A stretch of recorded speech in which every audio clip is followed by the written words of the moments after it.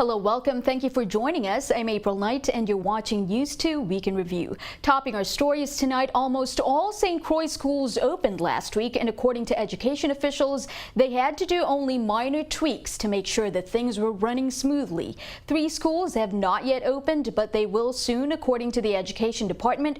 We spoke to St. Croix Insular Superintendent of Schools, Colleen Williams, who gave us details on how classes are going so far. Parents and students were actually very happy to be back at school, very happy to be off of double session. So for the most part, we had a smooth opening. We did have a few hiccups that we worked expeditiously to correct. A few desks and chairs that we needed to move from one school to the next, and we were able to do that.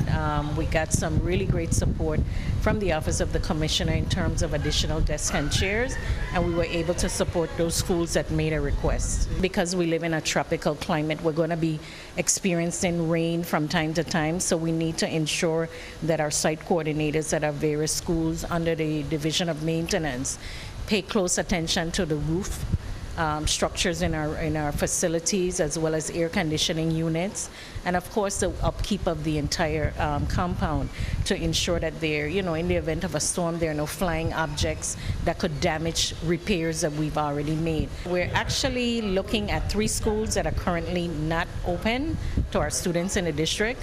That's Lumokole Elementary School, Eulalie Rivera Elementary School, and of course Arthur Richards Junior High School.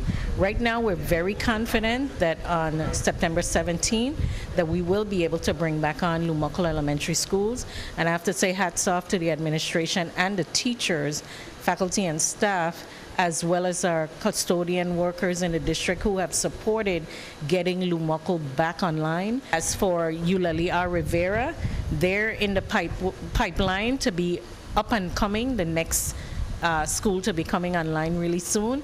And then of course we're waiting for the final touches at Arthur Richards, and we're working towards that.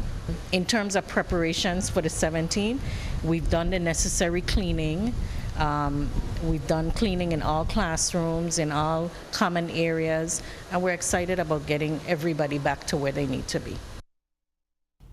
Well, challenges with the school openings aside, the English teachers at Arthur Richards Junior High School on St. Croix are bringing the energy to the start of the school year, carpool karaoke style. Miss David, Miss Henry, and the rest of their crew showed off their rhymes in this video that is quickly gaining viral status on social media. Here's what the students of Arthur Richards can look forward to when the school opens. You'll be reading, you'll be rhyming, you'll be listening, you'll be speaking. Come prepared to get good grades and bring that pen. You'll be writing. I want you to show respect that will bring you much success. Because never I'm Miss Lord, 7th grade will surely soar. I'm Miss Henry. I'm Miss David, and 8th grade is gonna rock. You'll be shining like the sun. They'll be having lots of fun. Yes, ELA rocks. Yes, ELA rocks. Yes, ELA rocks.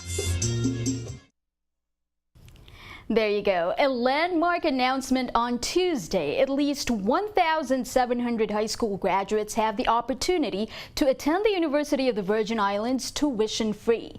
Governor Kenneth Mapp announced on Tuesday the Workforce Development Scholarship Program that would benefit the first 1,700 students who apply. Under this new scholarship, graduates of both public and private high schools will get the chance to have their tuition fees waived. Dr. David Hall, president of the university, said the program has the potential to transform the territory. Here's more. I'm honored that the Virgin Islands have arrived at a place where the University of the Virgin Islands and one of its trustees in particular, Oren Roebuck Bowery, who has been a main champion on the Board of Trustees, on finding a pathway that we could provide a 4-year college education free of charge to every high school graduate in the U.S. Virgin Islands, whether it's from private, public, or parochial school. This Virgin Islands Workforce Development Scholarship Program shall begin in the fall of 2019. It will be made available in its first year to the first 1,700 high school graduates who applied and qualified. Now I stand with Governor Mapp providing his unwavering support of this vision. And I certainly hope that when the bill is forwarded to the legislature, that it will receive their full support, for I know many of the senators have been strong advocates of a policy of this type in the past. This free tuition policy for Virgin Islands high school graduates, regardless of the year in which they graduated, has the potential to transform this territory and to position it so that it can embrace the future economic growth that is coming, and also improve the quality of life of its people. Criteria for eligibility for this program includes citizenship or residency, graduation from any of the territory's high schools, and committing to work in the Virgin Islands for at least 1 year for every 2 years of free tuition. Consideration will be given to students who were displaced by the hurricanes and had to move to the mainland. You can contact the university for more information on the program. The Department of Education has released a statement on an altercation involving 2 parents at a St. Thomas Elementary School. At approximately 7:45 on Thursday, September 17th, 2 parents of Ulla F. Muller Elementary School students got into a fight at the entrance gate of the school's campus. There was a weapon involved, but the department did not specify what kind. Both parents were arrested and placed in the custody of the VIPD. Now, students were present during this altercation, according to the department, but school staff and teachers moved quickly, ushering students into their classrooms before placing the school on lockdown. No students were hurt, according to education officials, and school counselors were dispatched to the site for students and/or staff who were affected by the incident. Meanwhile, also on St. Thomas, a man was arrested for unauthorized possession of a firearm. According to the VIPD, the incident goes back more than a month. On August 7th, at around 11:20 at night, police were called to Sib's restaurant regarding an assault victim. The victim told police that he got into a verbal altercation with the suspect, which turned physical when the suspect struck him on the head with a bottle, causing injuries. According to police, the suspect, Daquan Rogers, also waved around a firearm after he struck the victim.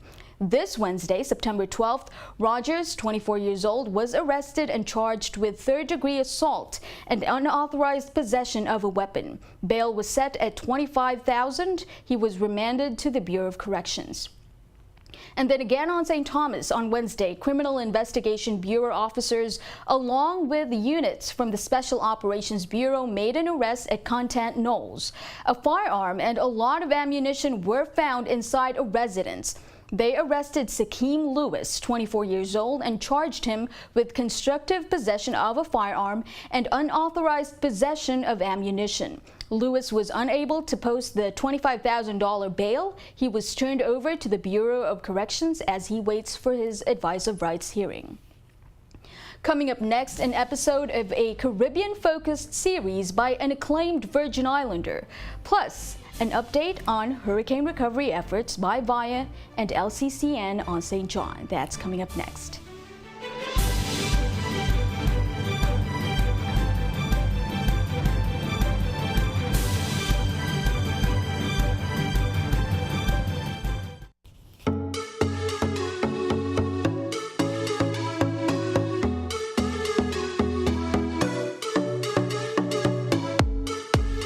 Welcome back. Virgin Islander Peter Bailey has made a name for himself in national networks. He founded the critically acclaimed talk show Nightcap, which he has brought down to the Virgin Islands multiple times. After the 2017 hurricanes, he wrote an op-ed in the New York Times entitled, "Has America Forgotten the U.S. Virgin Islands?" With this new series, Paradise Discovered, he's making sure that that doesn't happen again by filming an episode highlighting not just the Virgin Islands World world-famous beaches and carnivals, but the people of this U.S. territory. He believed in it so much that he put his money where his mouth is, kickstarting the whole project entirely out of pocket. On Sunday night at Prior Yolek Hall in Antilles School, he's premiering The Unbreakable Virgin Islanders. Peter stopped by to tell us all about his passion for this project. For this film, I was inspired. I was blown away by the way we as a community took care of each other and helped each other between, surviving Irma and Maria. And as a journalist, it was personal for me. Having worked at Time, Newsweek, the Miami Herald, reaching out to my different colleagues in the business and realizing our story really wasn't getting told. We were kind of shoved to the side. And I decided, well, you know what? I'm going to take that responsibility, being of this soil, and share our story. And that's how the Unbreakable Virgin Islanders came about. Because I wanted April for the first, I wanted our beauty, that inconceivable moment where we just came together and made history. I wanted to make sure that moment was immortalized for generations. I don't want the people of this community and what they overcame to be lost. I just want the Virgin Islands for just this one moment. Let's just capture this beauty and put it in a bottle to inspire us, to see exactly what can be. And that's really what I want from this film. I want Virgin Islanders to understand who we are. Well, over the weekend, residents on St. Thomas flocked to the University Sports and Fitness Center. In an event hosted by Government House, they marked the anniversary of the devastating hurricanes. There was a praise and Thanksgiving service with gospel music and testimonies. Governor Mapp and Lieutenant Governor Potter took the lead in reflecting on lessons learned after the storms. The folks that the good Lord put me to work with in this cabinet, our wonderful Congresswoman, you, the people of the Virgin Islands, and some friends on the national level, we figured a way through the mayhem.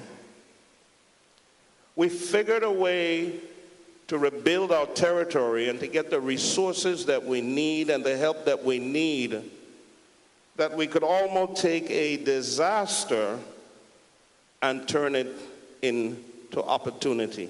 Send these prayers up because you know that as a territory, there's no way that we can sustain another Irma or Maria. And only our collective prayers can help to make sure that that doesn't happen again. Well, what does it take to reconnect an island? We look at a partnership between VIA and Love City Community Network on St. John. Here's their story. So the mission of Love City Community Network is to provide a disaster resilient network for St. John. And what that means is that we will be available immediately following the next storm or catastrophic event that affects our infrastructure. That means that we're off the grid, running on solar power, battery backup that is extensive and can handle cloudy days. A large organization that has its roots in the Virgin Islands like VIA, to be able to partner with a small nonprofit organization like LCCN is going to allow us to make sure that we're serving the areas of our island that are not yet restored.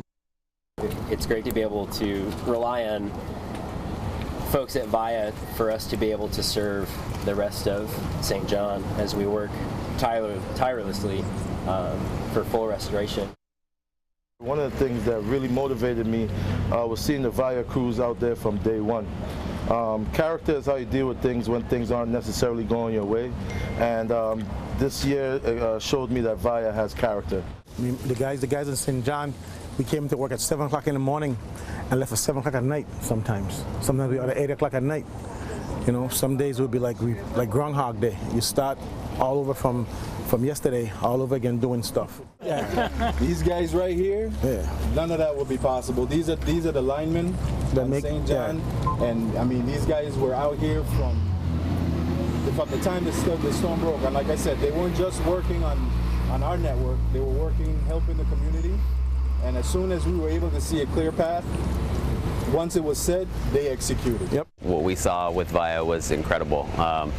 They were out there, their guys were out there, even before they started to put the network back in place, clearing roads. I saw them dragging poles, I saw them moving debris aside, using their trucks to haul things out for people when that really wasn't their job. And then the relationship with Love City Community Network was so integral to us getting to where we are today. Using our connections in the community and our connections stateside, we were able to organize the evacuation of 1,200 residents and tourists off of the National Park dock.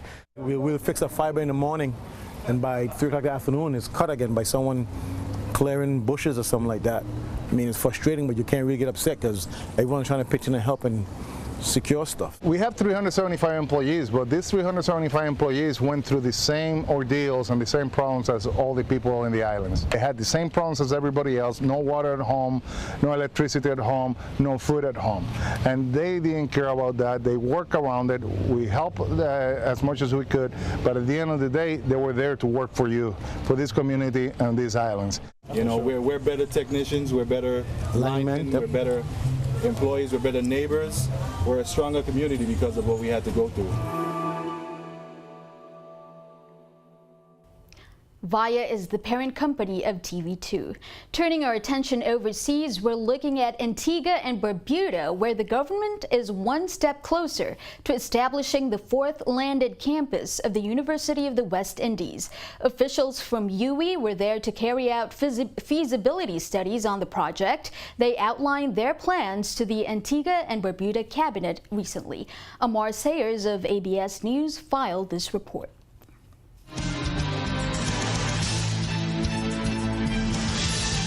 The establishment of the 4th landed campus of the University of the West Indies in Antigua and Barbuda will result in the amalgamation of the Antigua State College, ASC, the Antigua and Barbuda International Institute of Technology, ABIT, and the Antigua and Barbuda Hospitality Training Institute, ABHTI.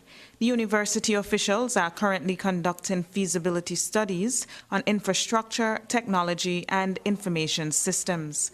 One of the UWI officials, Dr. Patrick Anglin, said they have already begun assessing the ASC campuses in Golden Grove and Five Islands. We have recognized some very important positives, especially as it relates to the Five Islands campus. That campus is really very nice.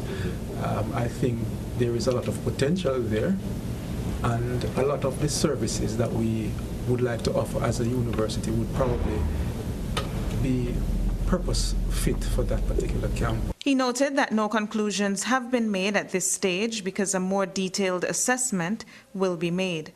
Another UWI official, Lucan Robinson, gave further details on some of the areas that the study will address. The assessment that is underway really speaks to assessing the physical plant, looking at services, looking at actual teaching spaces, instructional versus administrative and support spaces, all in a bit to assess how learning will be carried out and can be carried out at these facilities. So the assessment is underway. So far, it looks very promising given the stock of buildings that are available right now. A preliminary report on the findings will be made available to the Minister of Education, the Honorable Michael Brown, by the end of the month. Minister Brown said he is pleased so far with the initial findings. I think what makes me feel very excited are the positives that are coming forward, primarily because we have gotten so many criticisms as a government for transitioning the Five Islands campus into a university, and I'm happy to hear that the experts from overseas see that as an ideal facility that can be, tweaked just a little bit. Amar Spencer Sayers reporting for ABS News. Coming up next, our Pet of the Week, plus an update on the weather in the wake of Tropical Storm Isaac. We'll be right back.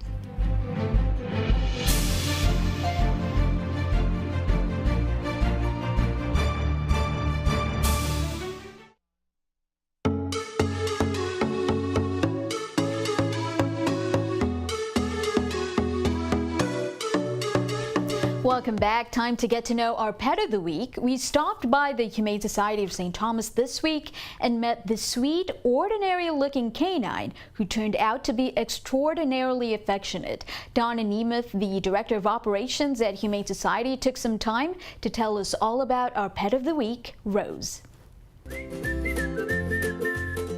This is Rose. She's a mixed breed dog that we've had for a couple of months here at the shelter. We think she's about 3 or 4 years old. She is one of the absolute sweetest dogs in the shelter. She gets along great with people. She just wants to be on your lap or out for a walk, and she gets along great with other dogs. Rose was a stray, so she was picked up without an owner, and we've tried to identify where she might have come from, but somebody who finds her is going to be a lucky person to have her.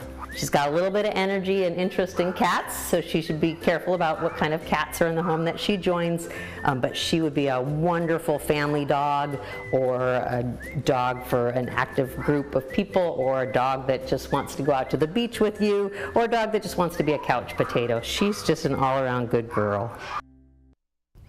Remember, if you're interested in any of the pets that we feature on Pet of the Week, you can call the Humane Society of St. Thomas at 775-0599 or visit www.hsstt.com. The Humane Society also offers a free spaying and neutering program that lets you go to the vet of your choice with a voucher from the shelter. You can help the shelter by fostering or adopting dogs or cats. You can also donate supplies, or if you're traveling, volunteer to transport their animals to the mainland where they will be taken care of by shelters or their new families.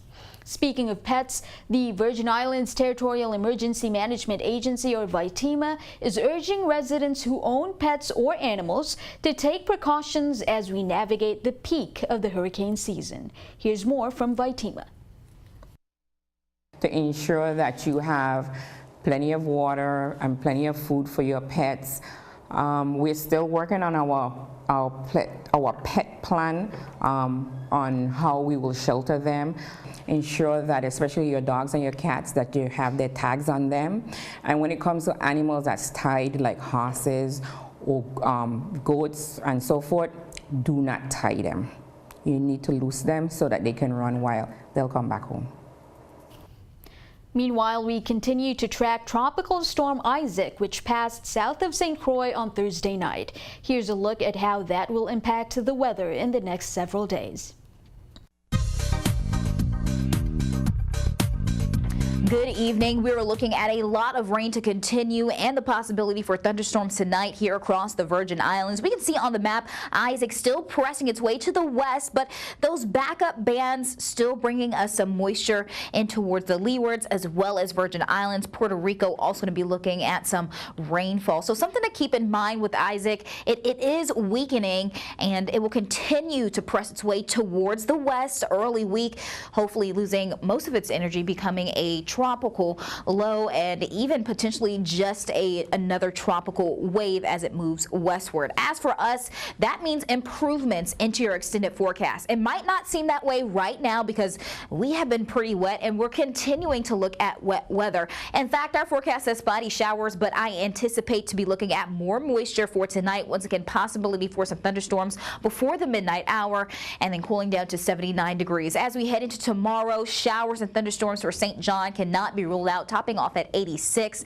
and we could be looking at some heavy rainfall amounts with this across St. John as well as St. Thomas, where we once again looking at thunderstorms, and this is not something typical that we usually see, so that means we do have enough energy as well as instability in the area to bring thunderstorms. Topping off at 86 in St. Thomas, 88 in St. Croix, also looking at that unsettled weather to continue for tonight and into tomorrow. As for your marine forecast, small craft advisory will be lasting through your Saturday afternoon. That has been extended, and waves are running up to 5 to 7 feet here on the Atlantic side. Winds coming out of the southeast 10 to 15 knots, and we'll also have a small craft advisory through Saturday afternoon. On the Caribbean side, waves are running 6 to 8 feet, winds out of the southeast 10 to 15 knots. So still a bit breezy out there, and once again looking at rough surf across the Virgin Islands as well as the Lesser Antilles. Now into the extended forecast, we are going to notice plenty of wet conditions Saturday. In fact, maybe looking at a ½ inch or possibly an inch of rain across our region. And then as you head into Sunday, that's when we notice some of that wet weather trying to back off, but the percent is almost to 50 for your Sunday as well as Monday, calling for these showers. Now as you head into Tuesday, that's when we notice some drier air trying to move in. We're going to try to return back to our typical easterly trade flow pattern and watching more brief and spotty showers that will continue into your Tuesday and Wednesday as well. We'll be topping off in the upper 80s for your high through your Monday, then getting into the 90s for Tuesday and Wednesday. Thank you for that, and that's it for our show tonight. Make sure you follow us on Facebook at News2VI or Instagram at TV2USVI. We want to hear from you, so tag us on any stories you want to see on the news or send us a message on Messenger. You can also email us at newsdirector@tv2.vi. Thanks again for joining us on News 2 Week in Review. I'm April Knight. We'll see you next time. Have a wonderful weekend.